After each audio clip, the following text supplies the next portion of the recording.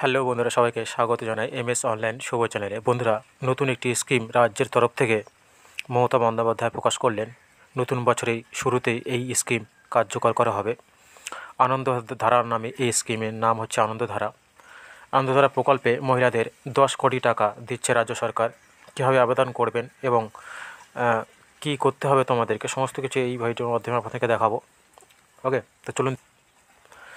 নতুন বছরের শুরুতেই মুখ্যমন্ত্রী মমতা বন্দ্যোপাধ্যায় আনন্দধারা প্রকল্প নিয়ে হাজির হয়েছেন।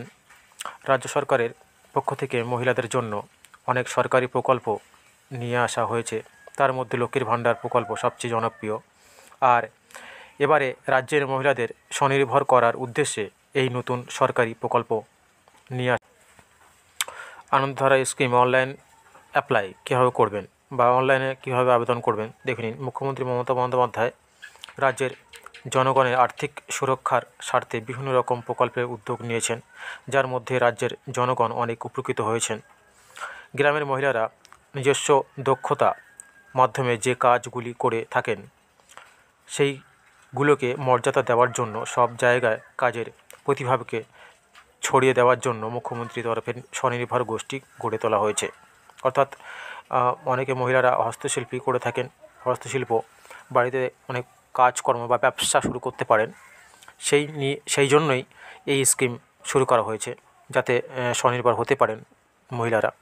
পশ্চিমবঙ্গ আনন্দধারা প্রকল্প 2025 স্বনির্ভর গোষ্ঠীর সঙ্গে যুক্ত মহিলারা যাতে তাদের দক্ষতা তুলে ধরতে পারেন, তার জন্য মুখ্যমন্ত্রী মমতা বন্দ্যোপাধ্যায় রাজ্যের স্বনির্ভর গোষ্ঠীগুলোকে আর্থিক সহায়তা প্রদান করেন।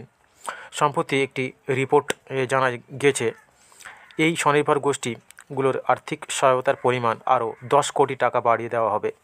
বর্তমানে পশ্চিমবঙ্গে প্রায় 12,01,000 স্বনির্ভর গোষ্ঠী রয়েছে।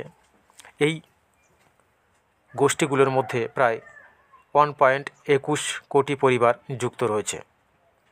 ওকে, স্বনির্ভর গোষ্ঠী গড়ে তোলার প্রধান উদ্দেশ্যই হলো গ্রামীণ এলাকার মহিলাদের আর্থিক সহায়তা দেওয়া এবং আর্থিকভাবে স্বনির্ভর করে তোলা। স্বনির্ভর গোষ্ঠীর সাথে যুক্ত যে সব মহিলারা রয়েছেন তা যারা সেলাইয়ে পারদর্শী হয়ে থাকেন, আবার কেউ হোমমেড খাবার ও বিভিন্ন রকম শৈল্পিক শিল্প নৈপুণ্যতা দিয়ে বিভিন্ন জিনিস গড়ে তোলেন বা হস্তশিল্প। এই সমস্ত প্রতিভাগুলোকে শুধুমাত্র নিজের মধ্যে সীমাবদ্ধ না রেখে এই শৈল্পিক সত্তাকে সব জায়গায় প্রকাশ করার জন্যই স্বনির্ভর গোষ্ঠী চালু করা হয়েছে। গ্রামের মহিলাদের বিভিন্ন জিনিস বিভিন্ন জায়গায় বিক্রি করার মাধ্যমে যে অর্থ উপার্জন হয়, সেই অর্থই স্বনির্ভর গোষ্ঠীর সঙ্গে যুক্ত মহিলাদের দেওয়া হয়। এছাড়া সরকারি স্কুলের যে ইউনিফর্মগুলো CGNTR বিনামূল্যে দেওয়া হয়, সেই ইউনিফর্ম তৈরির দায়িত্ব মমতা বন্দ্যোপাধ্যায় স্বনির্ভর গোষ্ঠীর হাতে তুলে দিয়েছেন, যাতে স্বনির্ভর গোষ্ঠীর সাথে নিযুক্ত ব্যক্তিরা একটু বেশি আর্থিক সচ্ছলতা পেতে পারে। অর্থাৎ স্কুলে যে পোশাক দেওয়া হয়, যে সাদা পোশাক, কোনো জায়গায় বিভিন্ন রকম যে কালার ড্রেস হয় স্কুলের, সেই সব ড্রেসগুলো এই স্বনির্ভর গোষ্ঠীর হাতে বা উপরে দেওয়া হয়, যাতে যারা সেলাই মেশিন কাজ করেন বা জানেন তাদের এই কাজটা দেওয়া হয়, যাতে এই মহিলারা আর্থিক দিক থেকে সচ্ছল হতে পারেন। ওকে, বর্তমানে বিভিন্ন জায়গায় যে মেলা অনুষ্ঠিত হয়, সেই মেলাতেও স্বনির্ভর গোষ্ঠীর তৈরি জিনিস নিয়ে একটি পসরা বসে। সেখানে স্বনির্ভর গোষ্ঠীর মহিলাদের তৈরি আচার, বিভিন্ন কারুকার্য, সেলাই, আসন, ঘর সাজানোর বিভিন্ন জিনিসপত্র বিক্রয় করা হয়। আগামী বছরও রাজ্য সরকারের তরফ থেকে দেশবন্ধু পার্কে 10ই জানুয়ারি এবং পার্ক সার্কাস ময়দানে 24শে জানুয়ারি দুটি মেলার উদ্বোধন করা হয়েছে। সেখানে এই স্বনির্ভর গোষ্ঠীর তৈরি জিনিসপত্র বিক্রয় করা হবে। 2024 সালে অনুষ্ঠিত 21টি মেলার মধ্যে স্বনির্ভর গোষ্ঠীগুলি প্রায় 12.21 কোটি টাকার পণ্য বিক্রয় করেছিল।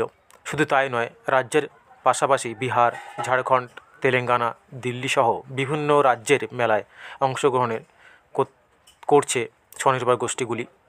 স্বনির্ভর গোষ্ঠীর সঙ্গে যুক্ত মহিলারা যদি কোনো কারণে মেলা বা কোনো জায়গায় এসে পণ্য বিক্রি করতে না পারে, তার জন্য আরেকটি বড় সুযোগ করে দিয়েছে।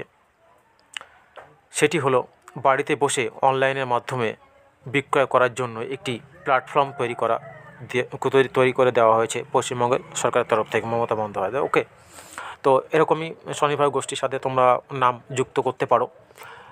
তাহলে আপনি যে কাজে দক্ষ সেটাকে আপনি তুলে ধরতে পারেন সবার কাছে। ওকে, তো ধন্যবাদ ভিডিওটা দেখার জন্য। একটা